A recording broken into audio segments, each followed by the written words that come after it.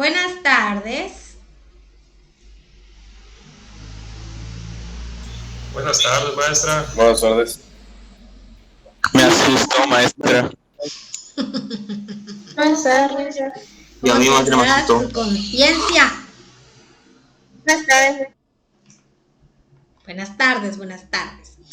Hablando de conciencia, fíjense que el viernes salí decepcionada de su hora de clase, de Classroom.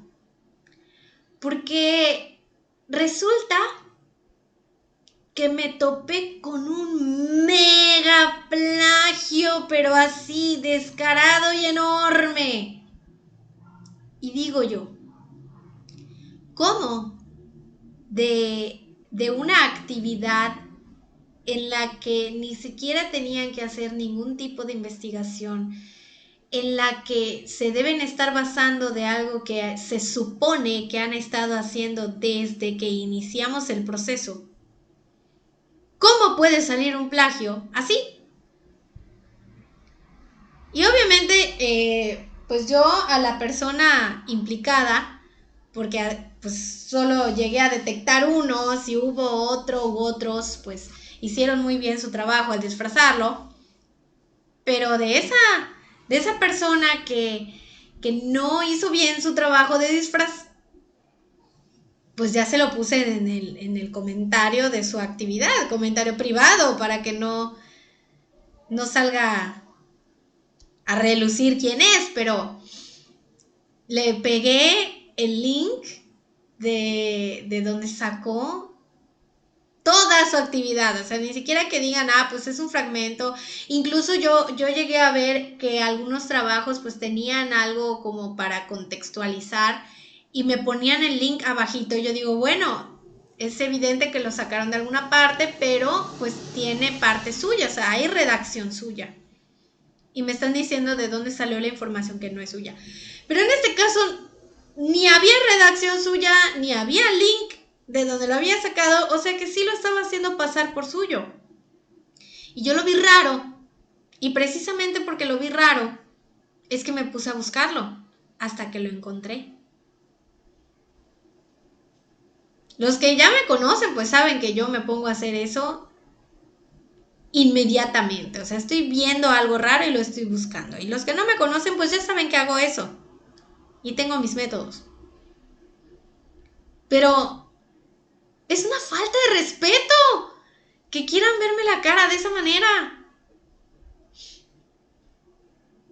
Y para los que lo han logrado disfrazar hasta ahora, mis respetos, pero es una falta de respeto hacia mí, hacia mi inteligencia y mi lucidez. No soy la persona más inteligente y sabia del mundo, pero pues tengo lo mío. ¿Están pasados? Y ya se lo comenté al maestro Vittorio. Así que si ya los regañó, qué bueno. La verdad. Y recuerden que la penalización por hacer este tipo de actividades es la anulación total del trabajo. En este caso, pues no lo anulé porque pues al leer el trabajo entregado, pues ya no vi nada raro. Pero bueno, debía haber anulado el trabajo, ¿sí? Nada más que la próxima vez que yo encuentre algo así, si se los anulo en el Classroom, por ejemplo, cuando son como esta vez que parte de su ADA la hacen en Classroom, esa parte pues se queda anulada, porque yo le di la oportunidad de corregirlo para su ADA. Pero la próxima vez que yo detecte algo así, no voy a dar esa oportunidad. O sea, yo anulo esa parte y esa parte va a quedar anulada en el ADA y le va a quitar puntos, obviamente, si no es que se anula toda la tarea.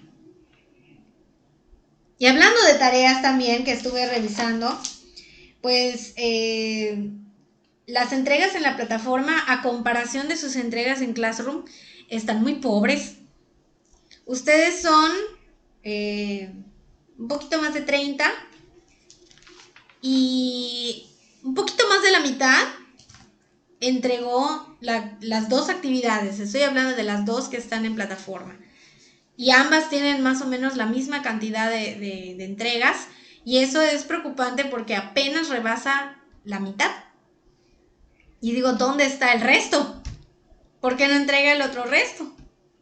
Ya hubo una que me mandó su actividad hace ratito y ya me explicó por qué. Y sí está considerado con penalización, pero considerado.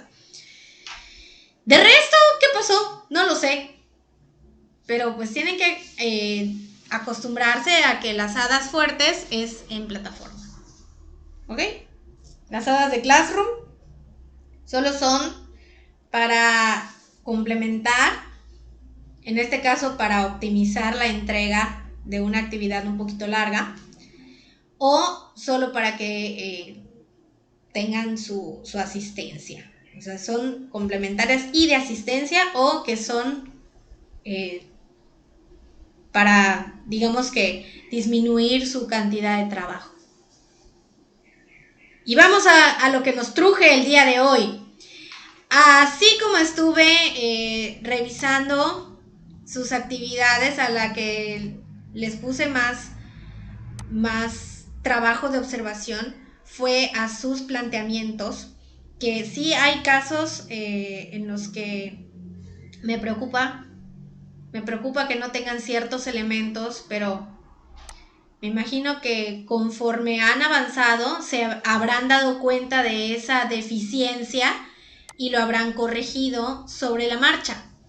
Que no precisamente me lo envíen, pero que lo estén haciendo por su cuenta, quiero creer, para que puedan seguir trabajando. Y en el caso del tema que vamos a ver el día de hoy, que es selección de la muestra, llegué a notar que los trabajos, la mayoría de los trabajos, no establecen una población específica. O sea, tal vez mencionan así como que, gente joven, o gente que esté así, o que tenga, pero no especifican nada más.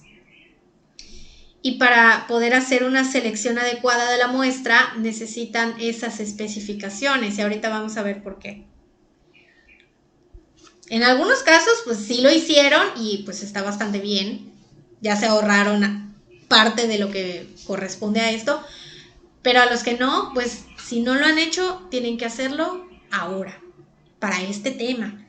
Porque cuando venga el momento de hacer físicamente la recolección de datos sin establecer todavía el método, o la técnica más bien, se les va a complicar.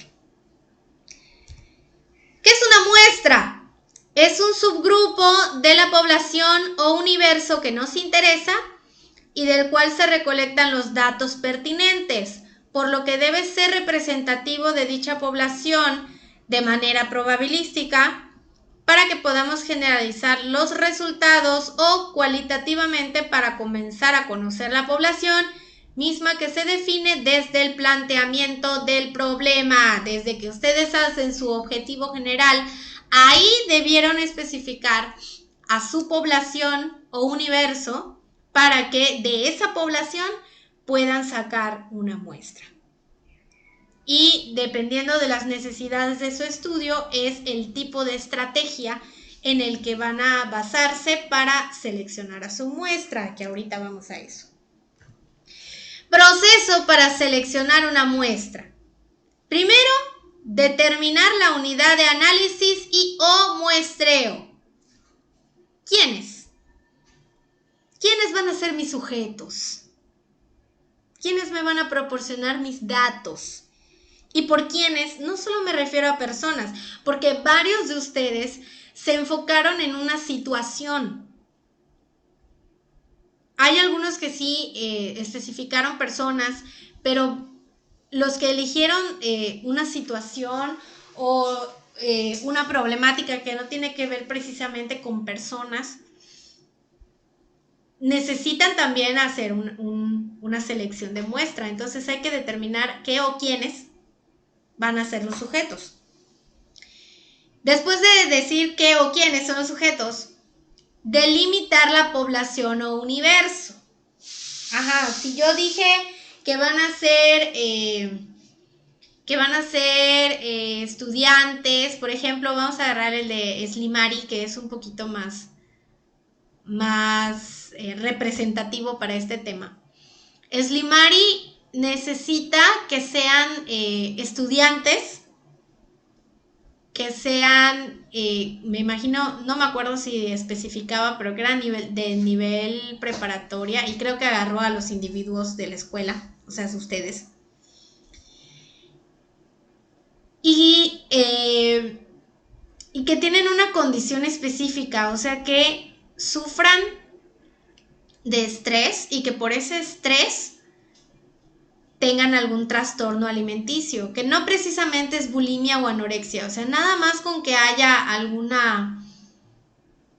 alguna variación fuera de lo normal en cuanto a su alimentación se puede convertir en un trastorno, o ya estamos hablando de una situación anormal en cuanto a su alimentación, causada por el estrés. Después de que delimitamos a la población, elegimos la estrategia de muestra adecuada para seleccionar las unidades de muestreo y o análisis y mantener su representatividad.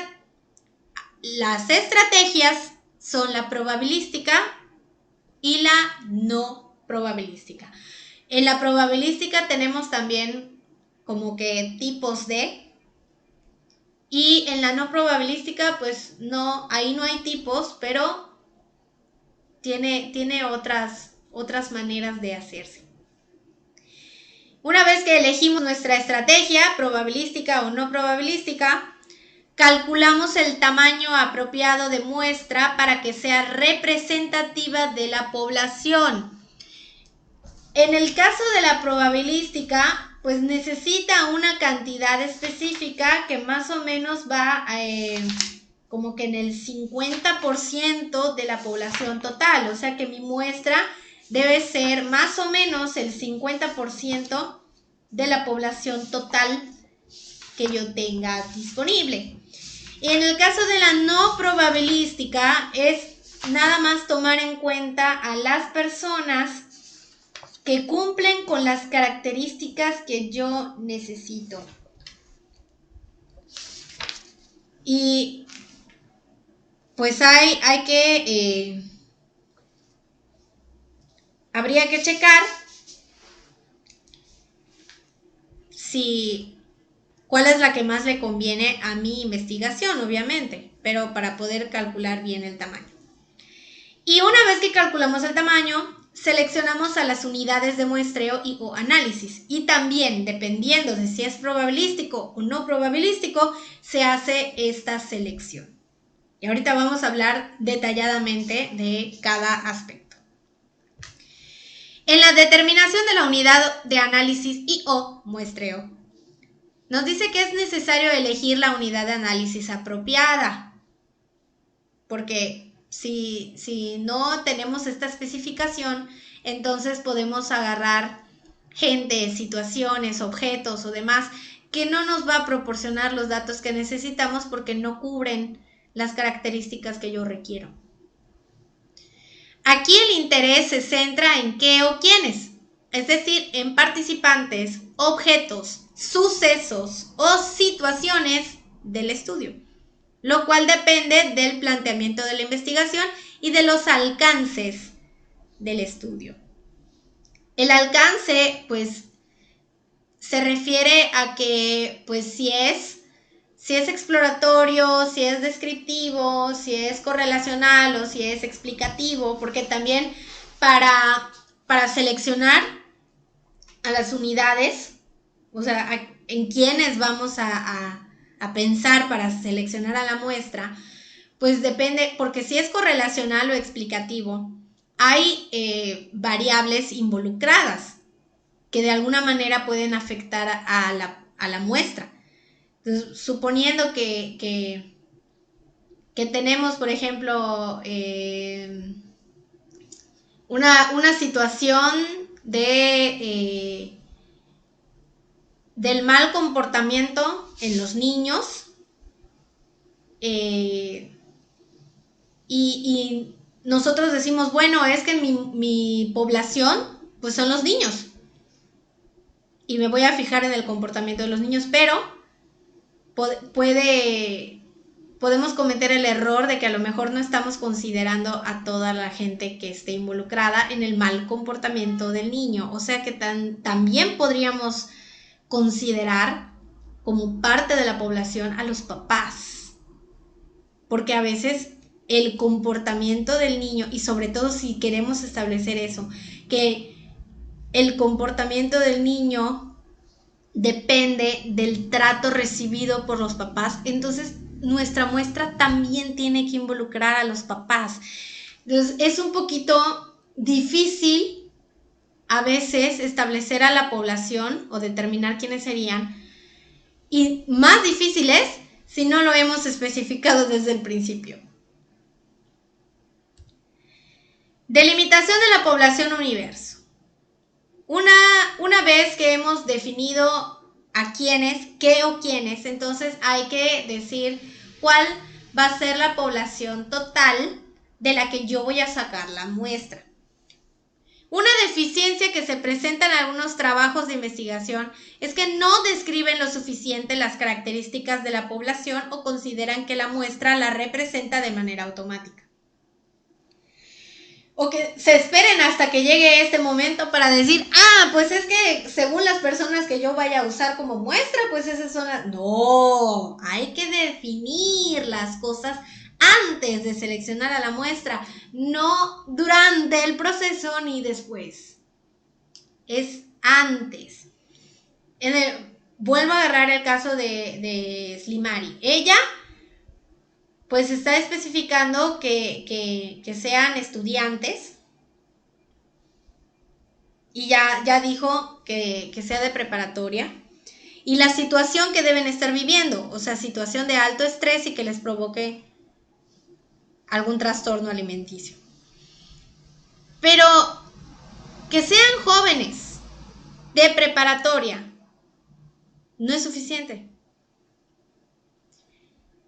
Aquí nos dice que debe delimitarse de manera muy concreta mi población. Entonces, en el ejemplo que tengo acá, que dice, si realizáramos un estudio para describir cuáles son los programas televisivos preferidos de los niños de la ciudad de Mérida, lo primero sería especificar qué niños.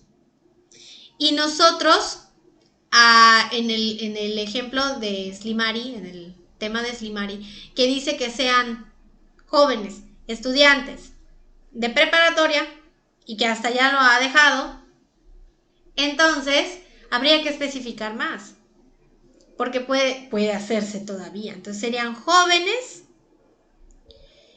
de preparatoria de entre 15 a 17 años, que tengan, que asistan a escuelas privadas y que sean de nivel socioeconómico alto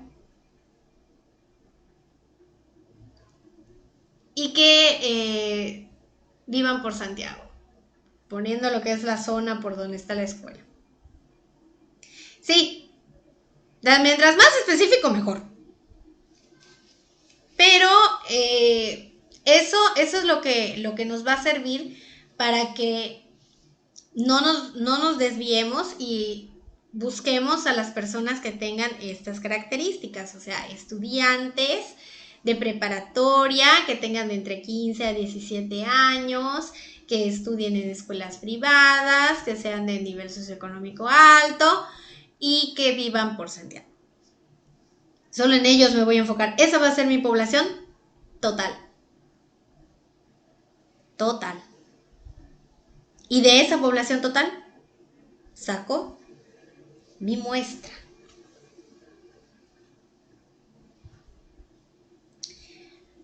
¿Cómo vamos a elegir a nuestra muestra? Hay dos estrategias, que es la probabilística y la no probabilística. En el probabilístico, todas las unidades, casos o elementos de la población tienen al inicio la misma posibilidad de ser elegidos. Se obtienen definiendo las características de la población y el tamaño adecuado de la muestra, y por medio de una selección aleatoria o mecánica de las unidades de análisis. O sea que en el probabilístico, si yo tengo bien especificada la población, entonces de todos los que estén involucrados en esa población, o todos los que estén incluidos en esa población, tienen la misma posibilidad de ser elegidos para estar en la muestra. Claro que no vamos a elegir a todos, y especificamos un tamaño de muestra, que ahorita vamos a ver cómo se puede hacer, para que nos diga la cantidad exacta de personas que deben formar parte de la muestra y nosotros podamos seleccionarla. Y esa selección debe ser completamente al azar. No puede involucrar ningún criterio personal. Todo al azar. En el no probabilístico, la elección de las unidades no depende de la probabilidad. No todos tienen la misma probabilidad o posibilidad de ser elegidos, sino de razones relacionadas con las características de la investigación. O sea que según las necesidades de la investigación se hace la selección. Aquí el procedimiento no es mecánico ni se basa en fórmulas de probabilidad, sino que depende de las decisiones de un investigador o de un grupo de investigadores, y desde luego las muestras seleccionadas obedecen a otros criterios. O sea que esto es completamente bajo la visión del investigador y lo que el investigador necesita para su investigación. Y pues el mismo investigador establece los criterios que deben cumplir los individuos que van a formar parte de la muestra. Muestras probabilísticas. Tenemos dos procedimientos para tener una muestra con estrategia probabilística.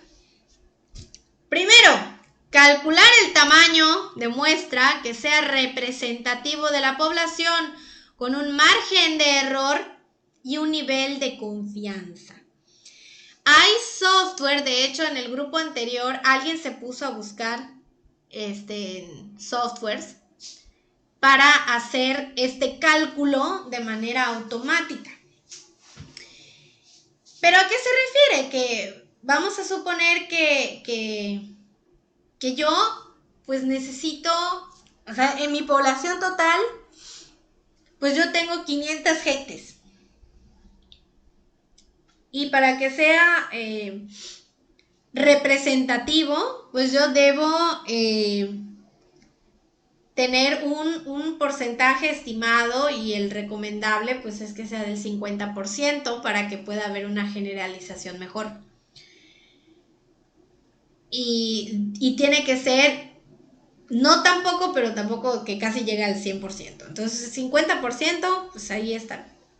De esas 500 gentes yo tengo que sacar el 50%, y obviamente pues al hacer los cálculos y demás tengo permitido cierto rango, cierto margen de error, de que al tener ese porcentaje de error, o sea, son los errores que yo puedo tener en mi investigación, pero que van a ser aceptables. Si yo rebaso ese porcentaje, entonces pues no sería confiable mi investigación. Entonces tengo que ver que el margen de error sea el menor posible y el nivel de confianza de los datos sea el mayor posible. El margen de error que cualquier investigación puede tener para que sea aceptable va entre el 1 y el 5%. Tener un margen de error de más de 5% ya haría desconfiable nuestra investigación. Y el nivel de confianza que debe tener va entre el 95 y el 99%. O sea que si yo tengo menos del 95% del nivel de confianza, nadie le va a hacer caso a mi investigación y lo van a considerar no verídico, o sea, falso. O que hay tanto error que no se puede determinar si es verdadero o no. Por eso hay que cuidar que el margen de error sea el menor posible y el nivel de confianza sea el mayor posible. El segundo procedimiento es seleccionar de la población las unidades o casos que conformarán la muestra, de manera que al inicio todos tengan la misma posibilidad de ser elegidos. Vamos a suponer que yo de esas 500 personas, en el software lo puedo establecer, dependiendo también de qué tanto me pida. Entonces puede ser que yo tenga un total de 500 gentes que cumplen con lo que yo necesito, que yo le establezca un margen de error por ahí del 5%, que es lo máximo que se puede considerar para que sea aceptable. El porcentaje estimado de la muestra, pues que sea del 50%, con un nivel de confianza del 95%. Y una vez teniendo todo eso, me arroja un resultado que puede ser la cantidad de 217 gentes. O sea que de esas 500, mi muestra tiene que estar conformada por 217 personas. De esas 500 saco 217. ¿Cómo las voy a sacar?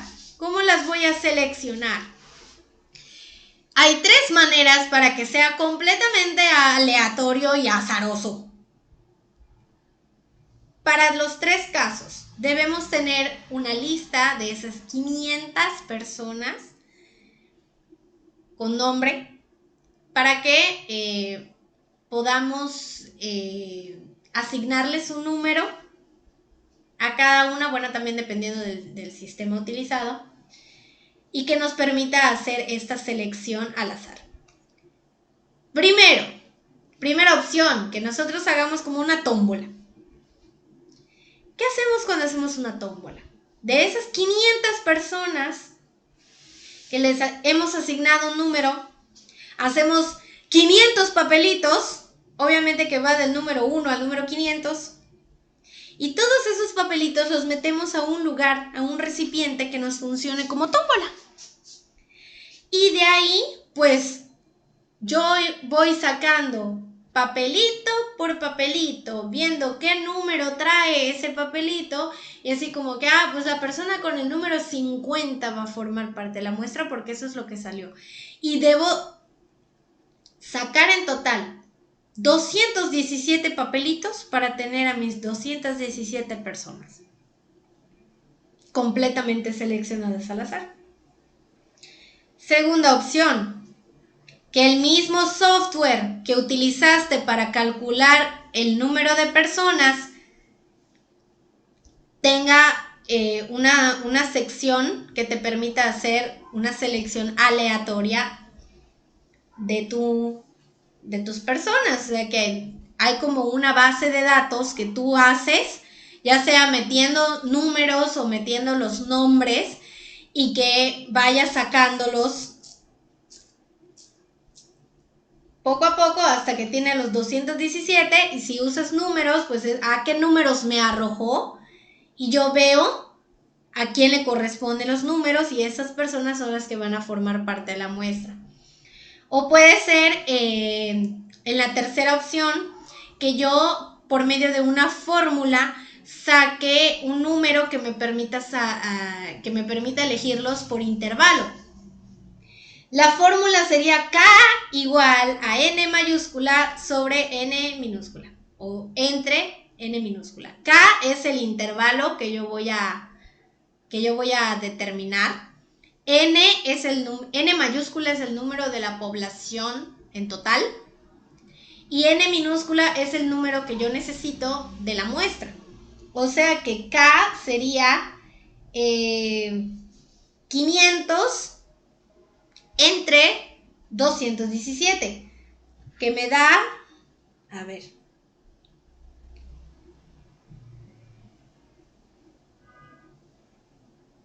que me da 2.3. Bueno, vamos a pensar entonces en otra cantidad que haya un mayor rango. Y que suponiendo que al hacer nuestra fórmula nos dé una cantidad de 15. Que el resultado sea 15. Entonces, yo lo puedo hacer yo o le puedo pedir a alguien más que lo haga, que se elija un número del 1 al 15. Y vamos a suponer que del 1 al 15 pues agarró el número 5. La persona que tiene el número 5 es la primera persona que va a formar parte de mi muestra. Y luego de ese 5 cuento 15. Y llegaría hasta la persona con el número 20. Entonces la persona número 20 es mi siguiente persona que va a formar parte de la muestra. Y así sucesivamente hasta que tenga a mis 217 sujetos. Y todo queda al azar. Esa es la convencional, digamos que es la muestra aleatoria simple, porque así se le llama. Ahora, ¿qué pasa cuando yo tengo, sí tengo una población, pero necesito que hayan minorías involucradas en esa población y en mi muestra? Y que, pues obviamente, al haber la mayoría, al tener una mayoría, pues esa mayoría puede perjudicarme en mi muestra. Porque van a salir más individuos que pertenecen a la mayoría de los que pertenecen a minorías y yo los necesito más o menos por igual. Ahí, pues no me sirve tener una muestra probabilística y que sea totalmente aleatoria en ese aspecto, sino que ahí necesitaría una muestra probabilística estratificada. Sigue siendo probabilística porque los individuos siguen siendo seleccionados al azar y siguen teniendo la misma posibilidad de ser elegidos, pero ya no va a ser que de una población total pues yo saque solo una muestra. O sea, si estamos hablando por ejemplo de religiones, la mayoría de la religión de los que vivimos en Mérida es de religión católica. Muy pocos encontramos que sean de una religión diferente, sin embargo hay. Entonces, si yo quiero hacer un estudio que tiene que ver con algo relacionado con las religiones y yo necesito que hayan cantidades representativas de cada religión y no solo de religión en general, entonces uso una muestra probabilística estratificada. Yo sé que voy a tener más gente de la religión católica, pero pues voy a sacar una muestra proporcional que me sirva de la religión católica. Y del número total de gente que tiene religión, por ejemplo, de testigos de Jehová, pues yo saco una muestra de esa gente. Y si yo tengo con religión cristiana, pues saco una muestra de toda la población de religión cristiana. Y así, pues yo tengo varias muestras que me van a servir para mi estudio de religiones, y a eso se refiere con estratificada. Voy a considerar ciertos estratos, por eso se llama así, para que yo pueda sacar las muestras. Y las muestras no tienen que ser del mismo tamaño y difícilmente se darían que sea del mismo tamaño porque pues estamos considerando mayorías y minorías. Luego tenemos la muestra, el muestreo probabilístico por racimos. Este es para ahorrarnos muchas cosas: tiempo, dinero, energía, materiales, etcétera, etcétera, etcétera. Obviamente para esto pues sí necesitamos que siga siendo al azar, que todos tengan la misma posibilidad de elegirse, pero aquí no nos vamos a enfocar en buscar a la gente de manera individual, sino que poniendo el mismo caso de la religión, donde ¿dónde es más probable que yo encuentre a personas que tengan religión católica? ¿Dónde se juntan normalmente?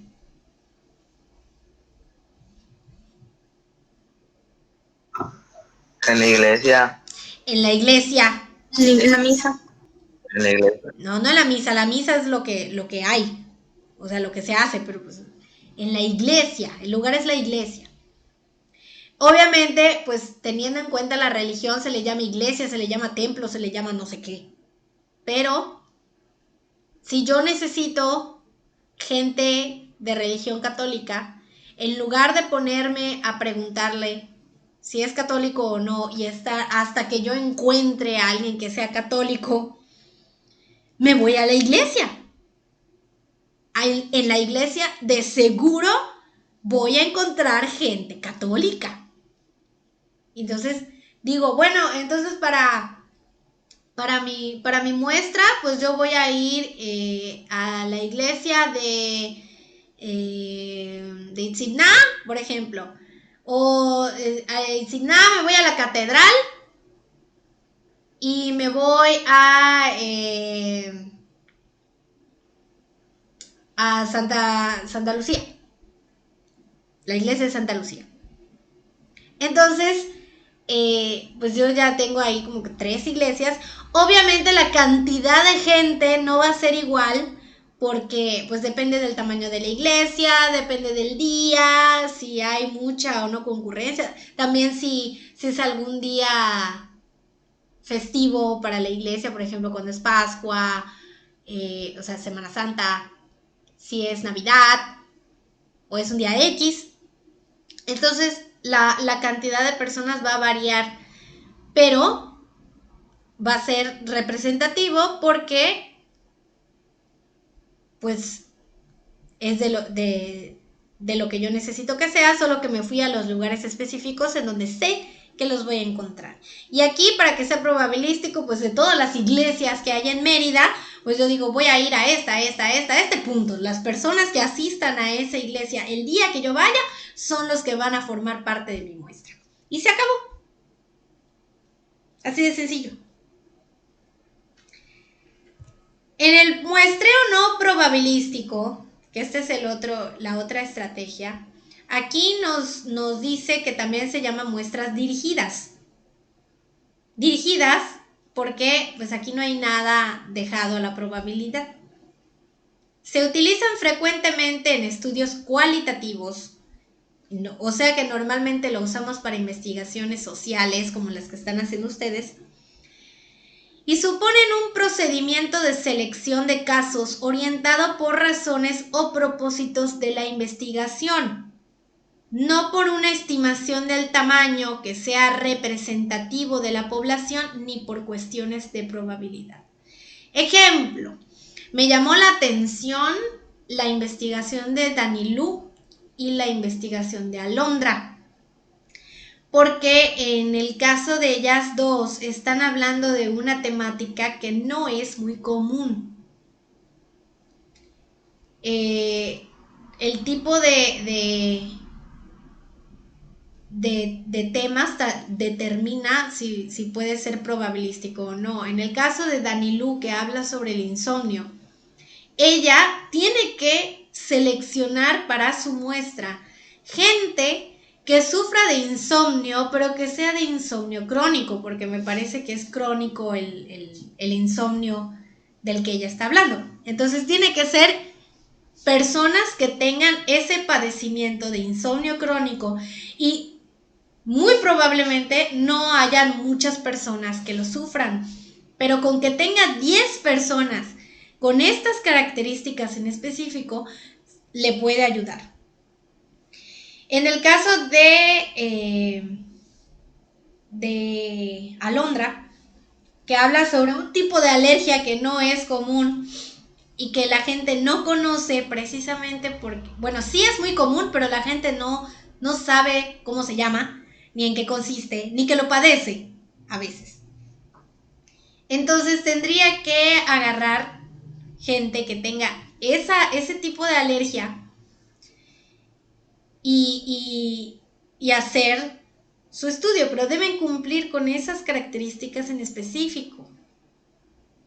Y lo mismo pasa cuando estamos hablando de situaciones que tengan así, que nosotros necesitemos que sean de esas personas. O sea, no puede haber una selección al azar. Y entonces es ahí cuando tenemos nuestro muestreo no probabilístico. Por eso es decisión del investigador y tienen que cumplir criterios específicos para ser seleccionados. Si no los tienen, entonces no pueden formar parte de la muestra. Desde luego no se pretende generalizar a la población los resultados encontrados en la muestra. En el caso de ambas investigaciones, o sea, la del insomnio y la del tipo de alergia, que se llama atopia, si no me equivoco, aquí no se pretende generalizar nada. Lo único que establecen, por ejemplo, en el de insomnio, son causas y consecuencias, me parece. Y al tener nada más esta situación, pues con que nosotros sepamos las características de la gente con insomnio crónico y que veamos a qué se debe que tengan el insomnio crónico y qué pasa con ellos por sufrir esta enfermedad, o sea, sus consecuencias, pues es más que suficiente. No vamos a aplicárselo a cada gente que sufra de insomnio y que sea de cualquier tipo de insomnio. No se puede generalizar. Entonces, cuando nosotros vayamos a seleccionar a nuestras personas, hay que pensarle muy bien si queremos que sea seleccionada con método probabilístico o si queremos que sea no probabilístico. Hay que pensarle mucho, ver qué necesita nuestra investigación. Si todavía no tienen población, hay que establecerla para que se pueda trabajar. ¿Dudas?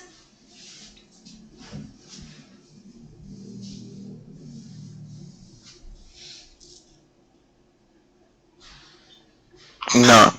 Muy bien, excelente. Entonces, mañana podemos abarcar el siguiente tema, que es el que más interesa para su actividad de esta semana. Todavía no está programada, pero pretendo que sea el día de hoy su programación. La actividad tiene que ver con la creación de su instrumento para recolectar datos y mañana vamos a ver el tema correspondiente para que ustedes puedan seleccionar bien su instrumento, porque me imagino que la mayoría ya pensó que su instrumento es una encuesta y muy probablemente su encuesta no sea lo más adecuado para su investigación. Entonces mañana vamos a ver todas las posibilidades que hay en cuanto al instrumento para que puedan hacer una selección adecuada. Y su examen es el viernes. Van a salir los temas desde planteamiento del problema hasta diseño de la investigación. Esos temas son los que van a estar considerados para su examen, entonces tienen que estudiar, tienen que repasar. Todo es teórico. No les puse ningún ejercicio ni les puse nada práctico. Todo es teórico. Así que por favor estudien y el viernes que les toca presentar, pues no les afecta realmente en su horario, aunque de todas maneras nos toca Classroom, pero si fuera sesión en vivo no les afecta por la hora a la que nos toca clase. Así que, por favor, estudien mucho y nos vemos mañana. Cuídense. Maestra, ¿Sí? ¿el examen va a ser de preguntas abiertas o preguntas cerradas? Opción múltiple.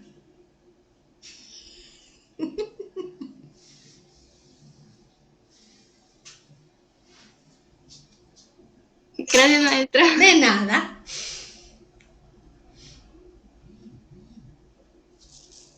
Bueno, maestra, cuídese. Gracias, igualmente. Cuídese, maestra. Adiós, maestra. Gracias. Sí, Adiós. Hasta luego. Adiós. Bueno, maestra, muchas gracias. Adiós, Jaime, de La nada. actividad que tiene programada para hoy va a tener una fecha límite para entrega. Sí, la misma que pongo, sábado. Para que lo vayan haciendo. Ok, maestra, entonces...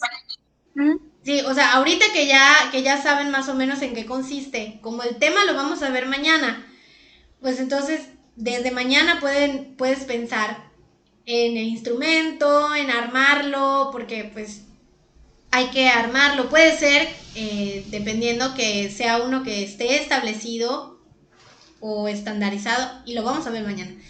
Y que tú lo modifiques para lo que tú necesitas o de plano crear uno nuevo, pero pues mañana vamos a ver todo eso y a partir de mañana puedes empezar a hacer tu actividad, aunque sea en borrador, para que adelantes y ya cuando sea la hora de entregar, pues no sea tanto lo que tengas que hacer.